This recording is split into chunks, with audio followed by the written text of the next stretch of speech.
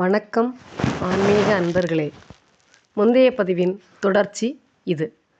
சப்தவிடங்கத் தலங்களில் இரண்டாவது தலமாக போற்றப்படுவது திருநாகைக்காரோணம்.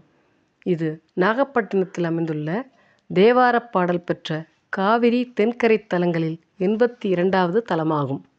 காயம் என்றால் உடல் என்றும், ஆரோகணம் என்றால் மேலெழும்பச் செய்தல் என்றும் நாம் ஏற்கனவே அறிந்திருக்கிறோம்.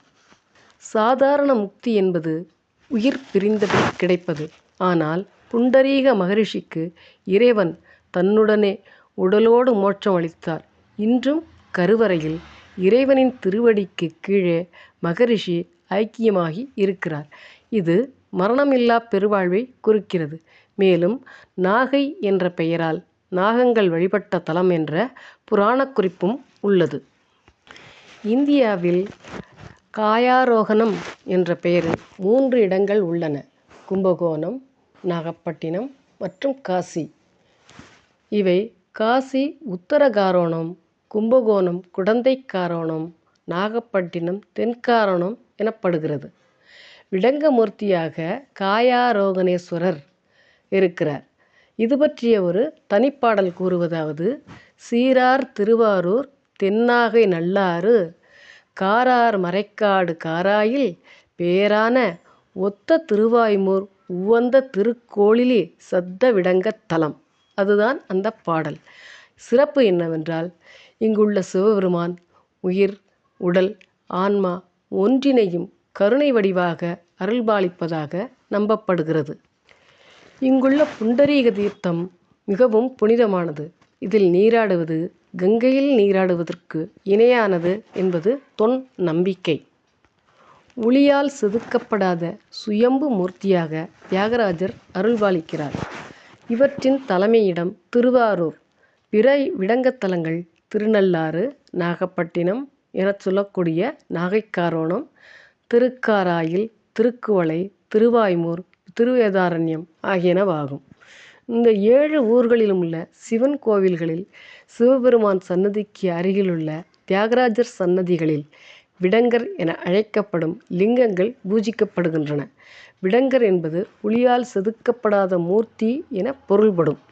தேவேந்திரிடம் முசுகுந்த சக்கரவர்த்தி பெற்று வந்த ஒரே உருவம் கொண்ட 7 சிலைகள் இந்த 7 ஊர்களில் பிரதிஷ்டை செய்யப்பட்டன என்பது மரபு வரலாறு. வடமொழி சொல்லான சப்த என்பது 7 என்ற பொருளினையும், விடங்க என்பது ஒளியால் செதுக்கப்படாத என்னும் பொருளையும் தருகிறது. சிவபெருமான் ஆடிய தாண்டவங்கள் சப்த விடங்க தாண்டவங்கள் என்று அழைக்கப்படுகின்றன. கடல் அலைகள் எழுவது போன்று உள்ள தரங்க நடனம். சுந்தர விடங்கர் ஆடுவது வீசி நடனம், அலைகள் ஓய்ந்து வீசுவது போன்றது. இது பாடல் பெற்ற ஸ்தலமாகும். சைவ நாயன்மார்கள் போற்றிய திருத்தலம் ஆதலால் இது மிகவும் சிறப்பு வாய்ந்தது. விடங்கர் என்ற சொல் ஆடல் வல்லான் பெருமானை குறிக்கும் பொழுது பேரழகன் என்னும் பொருளில் வரும்.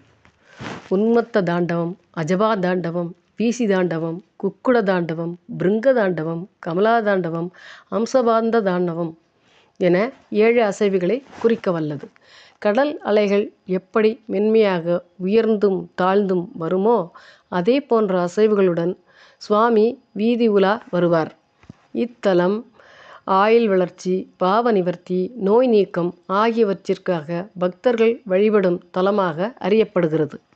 திருஞான சம்பந்தர், திருநாவுக்கரசர் மற்றும் சுந்தரர் ஆகிய மூவராலும் தேவார பதிகங்கள் பாடப்பட்ட பெருமை உடையது. சுந்தரமூர்த்தி நாயனார் இத்தலை இறைவனிடம் பாடி பொன்னாபரணங்கள் மற்றும் பட்டு துணிகளை பரிசாக பெற்றார். பொருளாசை கொண்டு அல்ல, இறைவனிடம் பிடிவாதம் பிடித்து பெற்ற அன்புரிமையாகும். 63 நாயன்மார்களில் ஒருவரான அதிபத்த நாயனார் அவதரித்த தலம் இதுவே ஆகும். இவர் தினமும் தான் பிடிக்கும் முதல் மீனை இறைவனுக்கே அர்ப்பணிப்பார். ஒருமுறை தங்க மீன் கிடைத்தும் அதையும் இறைவனுக்கே அர்ப்பணித்த தியாகத்தை, இவரது பக்தியை மெச்சி இறைவன் காட்சி தந்த தலம்.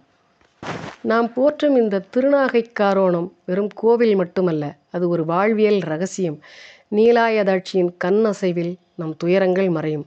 காயாரோகணரின் கழலடியில் நம் பிறவிப்பிணி நீங்கும். தென்னாடுடைய சிவனே போற்றி, எந்நாட்டவர்க்கும் இறைவா போற்றி. இதுபோன்ற பதிவுகளுக்கு தொடருங்கள் மதுரபாஷினியை. நன்றி, வணக்கம்.